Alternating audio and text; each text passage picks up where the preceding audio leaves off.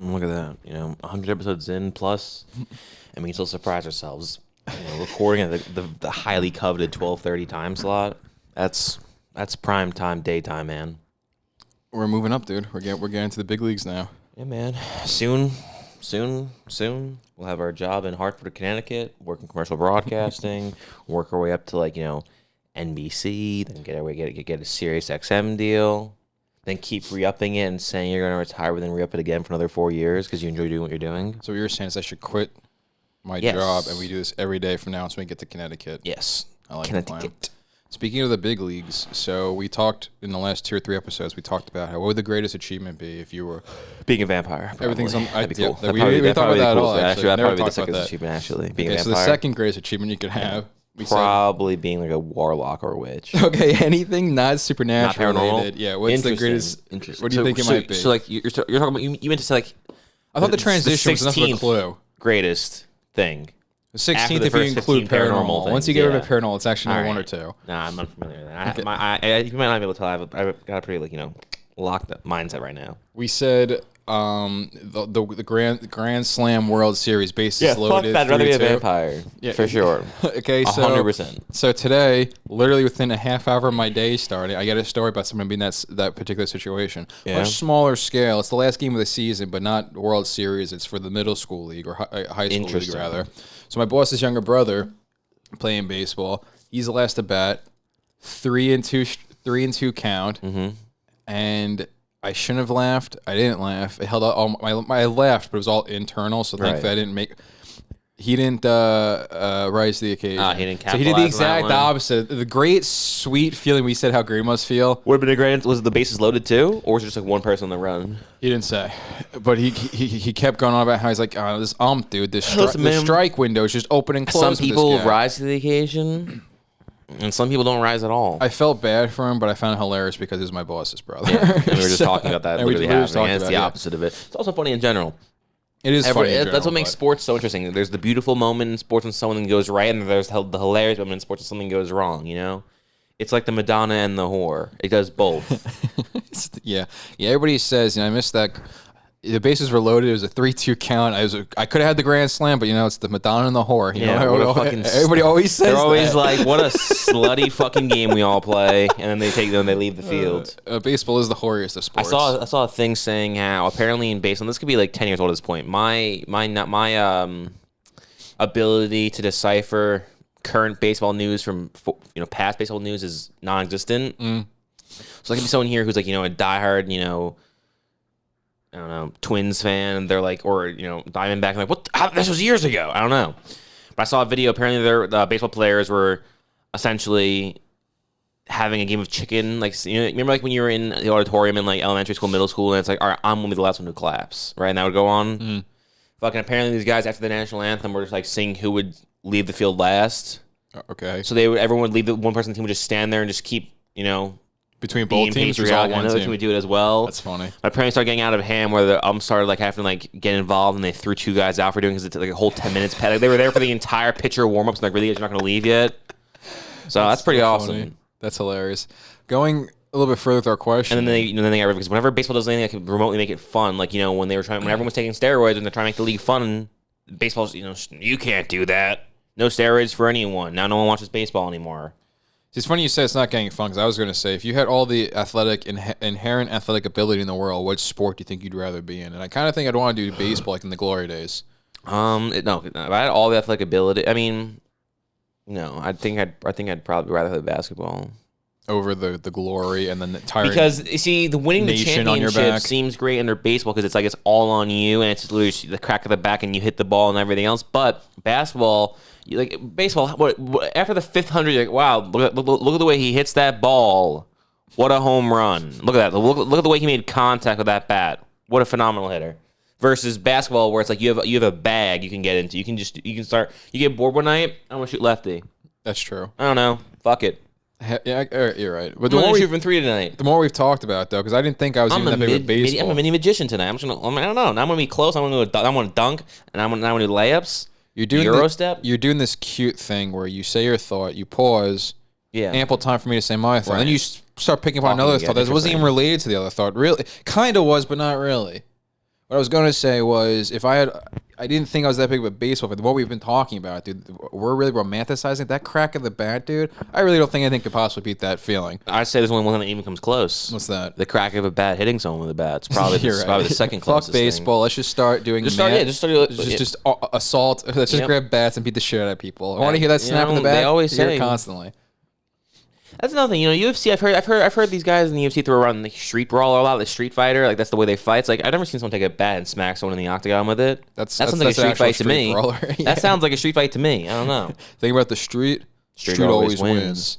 Yeah, man, it was crazy when those movies were actually good. I don't know. I'm seeing little clips of Fast 10, and X. I'm only show some respect. Fast X, excuse me. You're right. That was so fucking rude to me. I know. I'm seeing little clips, but all I'm seeing is Jason Momoa stepping out of the car, Vin Diesel stepping out of the car, and then the big X hitting the screen. It looks pretty cool from that alone. Well, I mean, that's enough. The only sad part about the Fast and Furious series is the fact that inevitably at one point you're going to peak, and they obviously peaked when they thought John Cena and Vin Diesel should have like a Chris Tucker, Jackie Chan-esque moment of tossing the gun back and forth between each other. Did they really do that? Yeah, you know the scene where they flip the gun back and then Kata and they flip it back and everything else. No, I know the actual Rush Hour scene. They did that exact scene. Fast and Furious. Except they stripped down all the humor of it. Nice. And it's just two jacked guys. And the really weird part I think about Vin Diesel and John Cena specifically is like Jason Momoa seems like a giant guy. Mm-hmm. The Rock seems like a giant guy, right? Mm-hmm. John Cena and Vin Diesel both seem like they're like 5'6". With Vin Diesel in particular, which we can talk about this for the next 5 hours, really. We watched that thing about the multifacial video. He was a sexy motherfucker back in the day. He was so good looking and in such great shape. When did he decide to become a fucking caricature of himself and just not do anything? And he looked like he had some actual talent going on. I'm thinking Invasion of the Body Snatchers because there's no rhyme or reason how he'd go from being a normal functioning member of society to being Vin Diesel. And even the first Fast and Furious, I hit him, and I didn't mean to keep hitting him. It's like he stutters, he's got all the beats there. Now he's just like, I got one-liners. What the fuck? Whoa. And I don't even get his career because it's so funny too. It's like everyone wants to say that God's not real, right? Mm. But then there's certain you've heard people say that God's a sixth sense of humor. Mm. Now, don't you think that if God's sixth sense of humor, then if that's true, then obviously there's God to begin with. That's true. I'm telling you, this is something you think God would do, right? Ready? Mm. Take Paul Walker and leave us with Vin Diesel. Doesn't that sound like something sick? Someone with a sixth sense of humor might do. Someone who likes sick jokes. So doesn't that kind of confirm what I've been saying, that there is in fact a God? Because Vin Diesel's still alive and Paul Walker is not, is all the evidence you need. Paul Walker died for our sins. Vin Diesel's the temptress that's still left here. That's why he wears sunglasses at night. That's why in his house alone he's wearing sunglasses. Dude, honestly, he seems like his brain is in another facility and someone's controlling it and he's just a mindless fucking I think Invasion of the puppet. Body Snatchers, dude. It's fucking hilarious. No, not Invasion of the Body Snatchers. Dude, They Live. He's one of those. Oh, he's one of the people we put the glasses on. That makes so much more sense. That'd actually be cooler than being a vampire. Imagine being the main character in any John Carpenter movie. How fun that would be. We were talking about getting into movies the other day. I don't care if I'm Bobby from Sons of Anarchy and vampires. I just want to be in a John Carpenter movie. That'd be cool. I don't want to be Bobby. He gets killed pretty quickly. Doesn't matter. I think being in any John Carpenter movie is probably amazing. Yeah, he's awesome. He's got the best. Maybe this will save Vin Diesel. Maybe the next John Carpenter movie. It's got to be a Vin Diesel. I'd actually love to see that because you look at Vin Diesel's earlier career and you're like, Steven Spielberg cast him. You wrote this for him? You wrote the part in Saving Private Ryan for Vin Diesel? You guys had this animated film on your backs, and you're like, that's the guy we need to lead this. We're going to use his voice, and he's going to shoot him into stardom. Let's get Vin Diesel. Actually, the funny thing, though, is that they actually wanted Scott Nash. Who's Scott Nash? Steve Nash. Steve Nash. Steve Nash? Isn't Steve Nash the basketball player? Yeah. They wanted Steve Nash, the basketball player? No, what the fuck am I talking about? Kevin Nash. God damn. Kevin Nash, sorry. I said Scott Hall. I combined Scott Hall. You know what's funny? Kevin I thought Nash. you were doing that, but then when you said Steve Nash, whatever, that's funny. Now I got you. That's actually how they got Vin Diesel his first part. Same for the Iron Giant, actually. Like, let's get this Diesel guy. And then someone was like, let's get Big Diesel. You said Big Diesel? I thought you said Vin Diesel. And then the rest is history, you know? It's like that fucking, oh, dude, we should totally get Heisenberg. That'd be awesome. Got Jesse Eisenberg here. Yeah, no. We said Heisenberg. Yeah, Jesse Eisenberg. Kevin Nash. So, yeah, Kevin Nash, basically, He could have been in The Fast and Furious. He could have been in Riddick. He could have been in all these things, and instead, all he gets to be in is Magic Mike XXL and John Wick. That's actually pretty... And The Longest Yard and Punisher. If he was in Fast and Furious as Vin Diesel's part, we could have gotten The Rock in Too Fast, Too Furious. We would have had to wait till Fast 5. Yeah. Though I will say, a lot of the time we make jokes, but it's actually, I just want to point out that putting Kevin Nash in that movie would have actually been the worst piece of shit of all time, actually. It would not... Vin Diesel makes the first movie. Vin Diesel makes the first movie. Oddly enough, Paul Walker does not make the second movie. Nobody makes the second movie. The second movie is so bad. I mean, according to... I guess I would agree with that, but I guess you'd be wrong and I'd be wrong because, again, Tyrese is still in those movies, and he's from the second movie, so clearly someone made it from the second movies, because, again, when was the last time we even saw Paul Walker in one of these things? It's been a while, you're right. Guys, I haven't seen him since, like, the seventh one, and even then, half the time I was watching the movie, I was like, is that even Paul Walker? That's such a good point, dude. That guy really... What happened to that guy? That guy used to be like an up-and-up actor for a while. He did Skulls. She's All That. Joyride, She's All That. He had the Fast and Furious franchise. He had another franchise under his belt. He did Runner. What is that movie called? Runner is that movie with Timberlake and Affleck. Right. Oh, he was in Runners then. Takers, close enough. With Hayden Christensen and Chris Brown. Who? Chris Brown. Chris Brown's another guy. Whatever happened to that guy? Nothing. He's still just as popular. Yeah, that was a stretch. I was trying to make a fucking joke there and I went nowhere. No. Can't win them all. Yeah, you notice the trajectory of my winning any of them, usually winning none of them.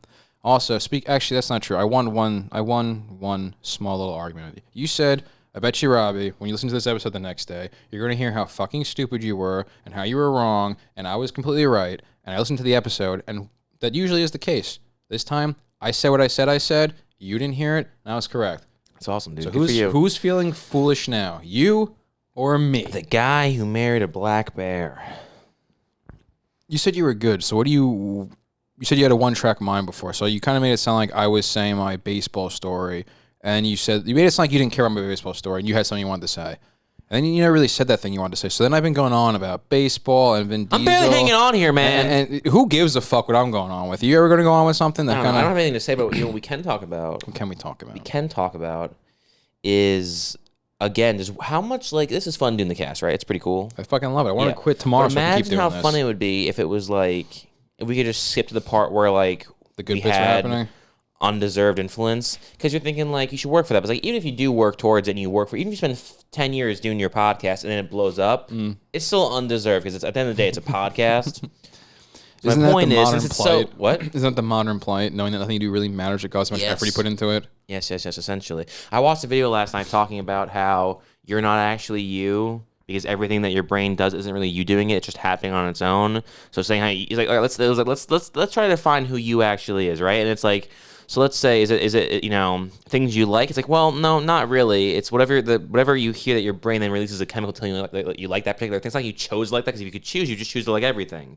So what you like isn't who you are.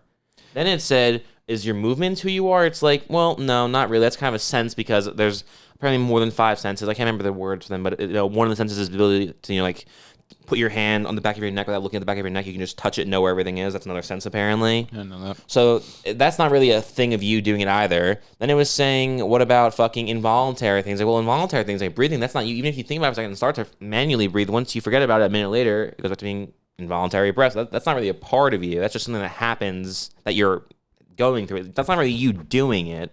And then I went through 20 examples, and by the end it was actually nothing going on is you at all.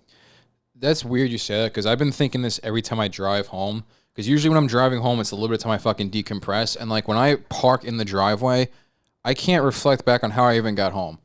It's such an autonomous fucking process now. Where he said that too. That's actually that's one of the examples. He said driving a car. You're thinking, what about specialized skills? You might think that specialized skills are you, right? Maybe in the beginning they are. Maybe at first when you're trying to learn, but think about when you're playing an instrument. In the beginning, that's you manually doing it. But then it becomes muscle memory. And then you're no longer thinking about anything. It's just happening, which means you're no longer doing it anymore. It's the same with driving a car. At first, you're worrying and checking your mirrors, trying to think about everything, but then it becomes, you're hitting the gas, you're hitting the brake, you're looking in the mirrors, not even thinking twice, you're just doing it monotonously. I love how we pivot so much. We used to just be Two guys hanging out down here talking for an hour. Then we became 20-minute videos. Then we were movie reviews, and then we were just YouTube, talk about YouTube short stuff nonstop. Now we're just a podcast solely talking about how nothing is real. Yeah. It's all fake. It's all simulation. Nothing is. You're not even you. Actually, you're not. You know what? I was gonna say the only thing that is real is blank, but no, that's not real either. You know what's not real? What's not real? Money's not real, right? Money's something we all just agree upon, right? That's just the thing we've all said. Yeah, this exists. In reality, does it actually exist on any level besides the level we've given into it? No. Which my point then is, so why are you holding on to so much, everyone? Why what? Why do you, the listener, need so much money? Yeah, you don't need it. Why do you need all that money? What, you have like $500 in your account, you really need $500? Wouldn't you feel happy with just having $200 in your account? You know who would feel happy having that $300?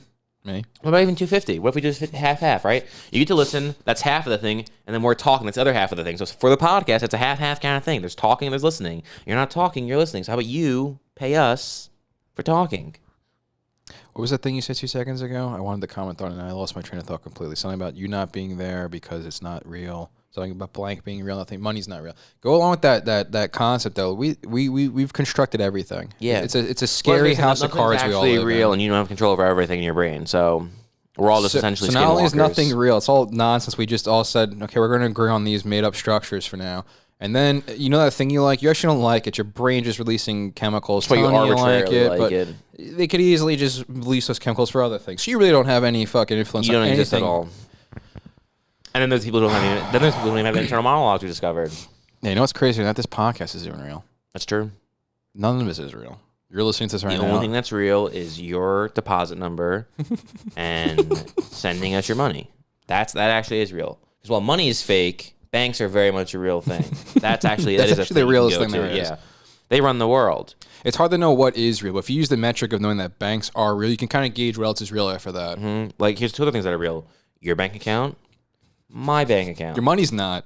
Your bank account is real. And you're like, well, how do I send you the money? It's like, well, there's Zelle, there's Cash App, there's Venmo. Yeah, let's just start putting out our Venmos and have people Venmo us. Yeah, we'll just be like every whore on the internet. You know, be like, hey guys, I'll put my Venmo. I hate when people have their Venmo in their Instagram bio saying, if you want to send something, if I want to send something. Yeah, what the fuck for the fuck of it? I mean, again, that's horrible. Now, you don't want to give someone money for the fuck of it. You want to have an exchange of goods and services, like listening to your favorite podcast. And then, you know, when you go to a fucking restaurant, right? Mm-hmm. If you're an American and not some other piece of shit from some other stupid fucking country, what do? You tip the people, right? We're the only ones that do that? Every other country's like, eh. I did not know that. Dude, they're all like tipping. Ugh. But then again, I mean, they also do this thing where they pay their wait staff like actual salaries. Maybe that's why. Maybe that is better than tipping. Maybe actual salary is better than, hey, occasionally I got 20 today. I think to me it's the American dream to pay someone $2.47 an hour and then say, if you do your job well, maybe you can eat tonight. I don't know. Yeah, but then they were like, actually, guess what? You do your job well. Steven over there covering tables 10 through 18, excuse me. I'm sorry, how is it fair that I was able to accumulate $497 of tips on my 12-hour shift, and Steven has $13. It's not fair. So you're going to pull it together so it's fair for him as well. So instead of me getting $495, I get $272. Hey, Alex, fair is fair. I agree. Now it's fair. Fair for you. Is fair. Now it's fair for Steven. It's fair for everybody. That's the thing I hate too. People actually would say they'll say fair is fair, implying that that's a fair arrangement. It's not. When what's fair is that good people get good things and bad people get bad things. That's what fair would be. I can see why you would think that, but Steven only made $13 tonight, so we're gonna pool the tips because you're wrong. Thinking about a party down now in the end of the first episode when he gets the tip, and then how not only is Adam Scott, resorted back to this low point of his life of being a caterer, and he's giving up on his dream, right? And then Ken Marino's giving out tips, and it's like $13, $13, $13, $13, $12.25 for Adam Scott. He got the short end of the stick, where he actually got the left way it broke up because of the change. That's hilarious. And his face just drops, and it's like, wow, he got literally.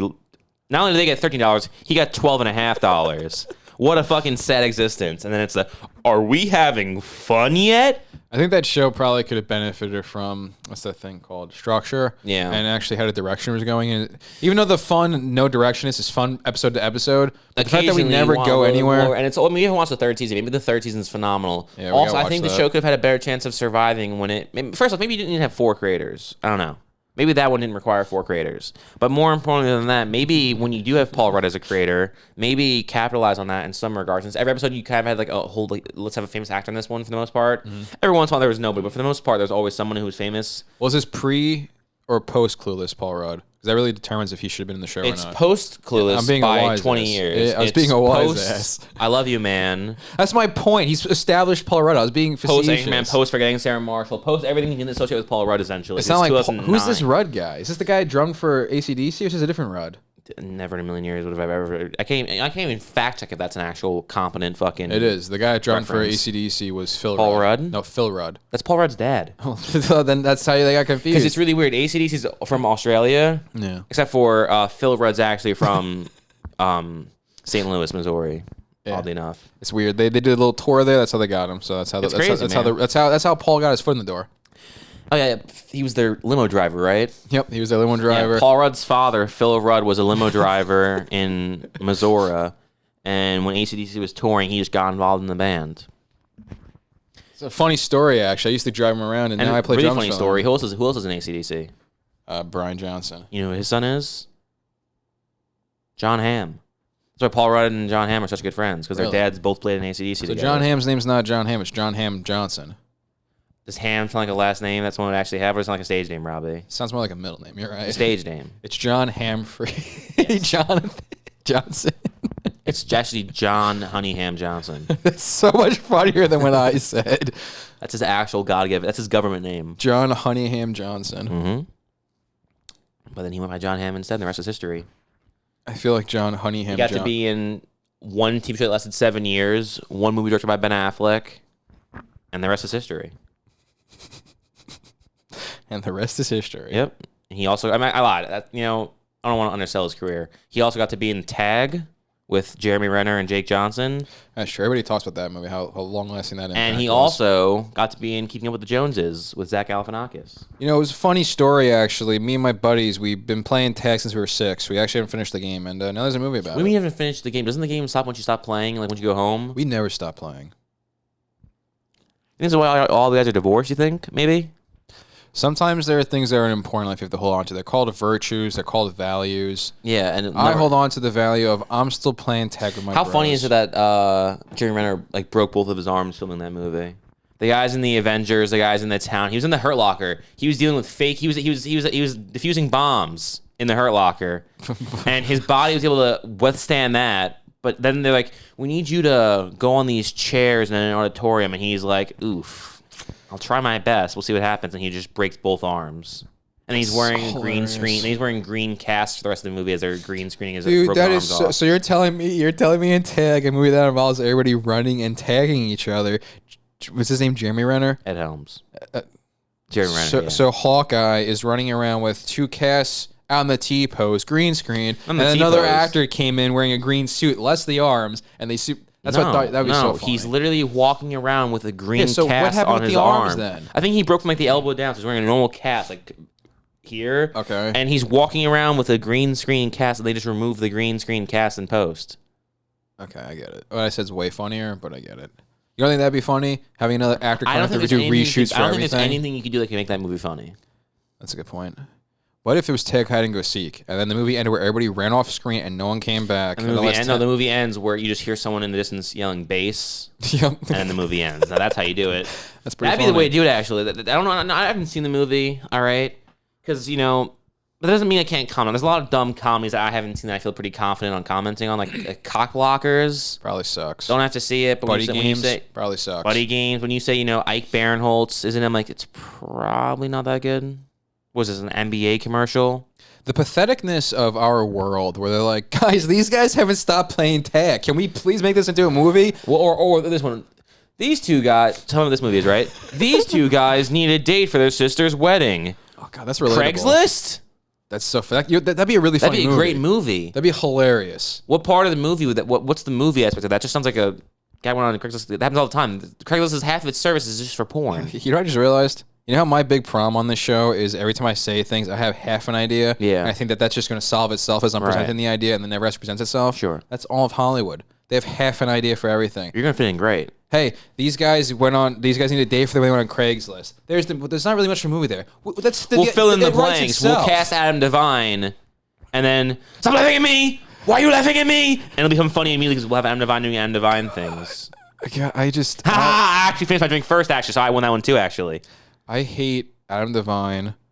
I didn't always hate Zac Efron, but since he started to become more of a comedy guy, it turns out the circadian rhythm is actually real. I'm not even going to go on the list. I hate everybody in that fucking movie. I love Aubrey Plaza with all my heart, and I love Anna Kendrick. I love them not in that movie. And Jake Johnson's hilarious in that movie. Okay, Jake Johnson. You know what, Alex? For fuck's sake, Jake Johnson's great in the movie. Anna Kendrick's great outside of that movie, and not even remotely in that movie. Aubrey Plaza's great outside of the movie, and not even remotely in that. They're both the worst versions of themselves. How funny is Jake Johnson in that movie? Jake Johnson's amazing. Jake Johnson's a funny guy. Jake Johnson, I've come to the conclusion, is actually never not funny. We were talking about Tag.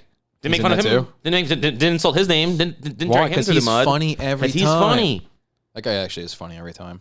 I don't want to like him, but he's just funny every time. He's just so funny. He's funny every time. He's just a guy's guy. He murders. He murders every time. Kills every time. Jake Johnson kills. Really, that's the moral of the story. If you can take that away.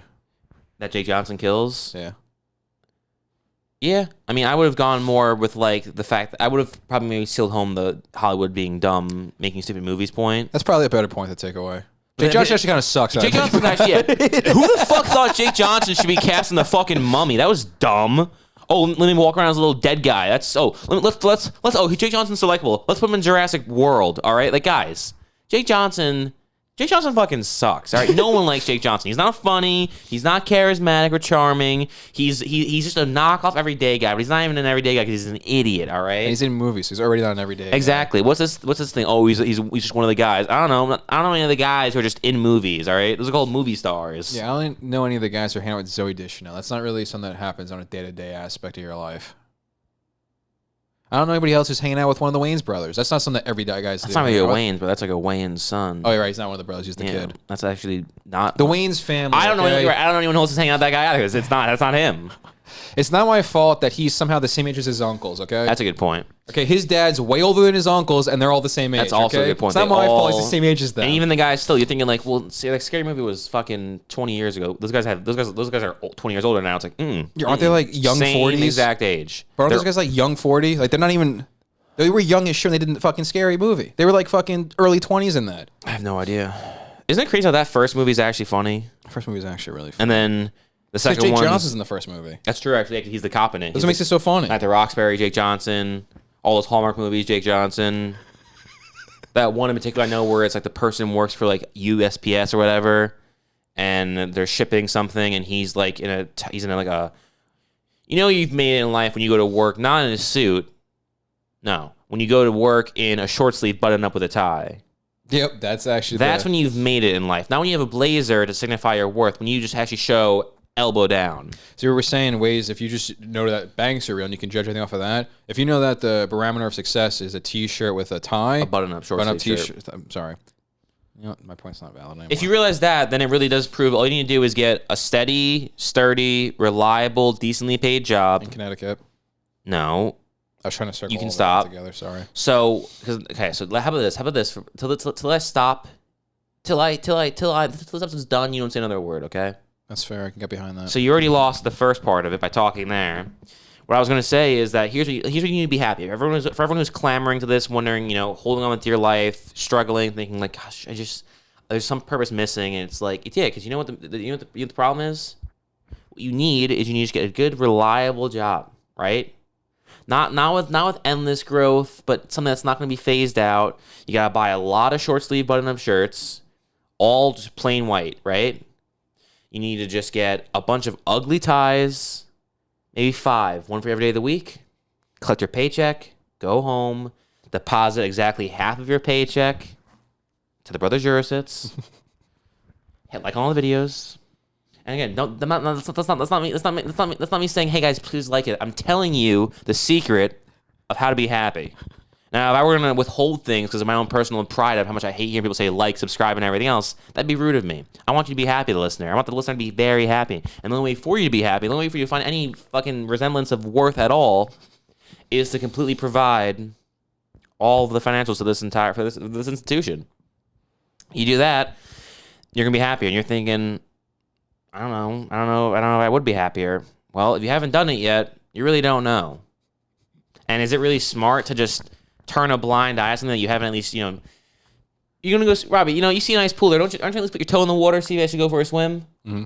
So fine, maybe don't give half your paycheck. Maybe give a quarter of your paycheck. See how that feels. See how rewarding of a sensation that is. Then slowly, then it's half the paycheck. Then it's 3/4 of the paycheck. Then it's the full paycheck.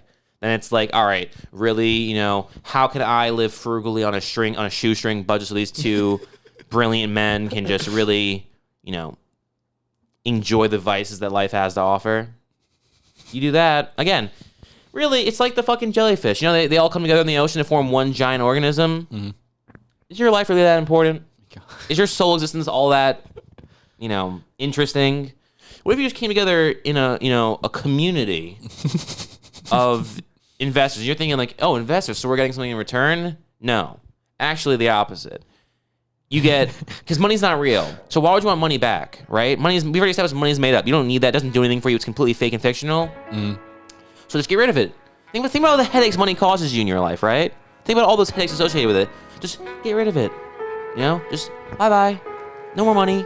It's gone. Think how much happier you feel that all that weight. If anything, what we're doing is noble. We're saying, give us all that, ungodly amounts of money so then we can deal with the pressure to take off your back. More money, more problems. More money, more problems. More money, more problems. Less money for you and more for us. There's no problem there at all.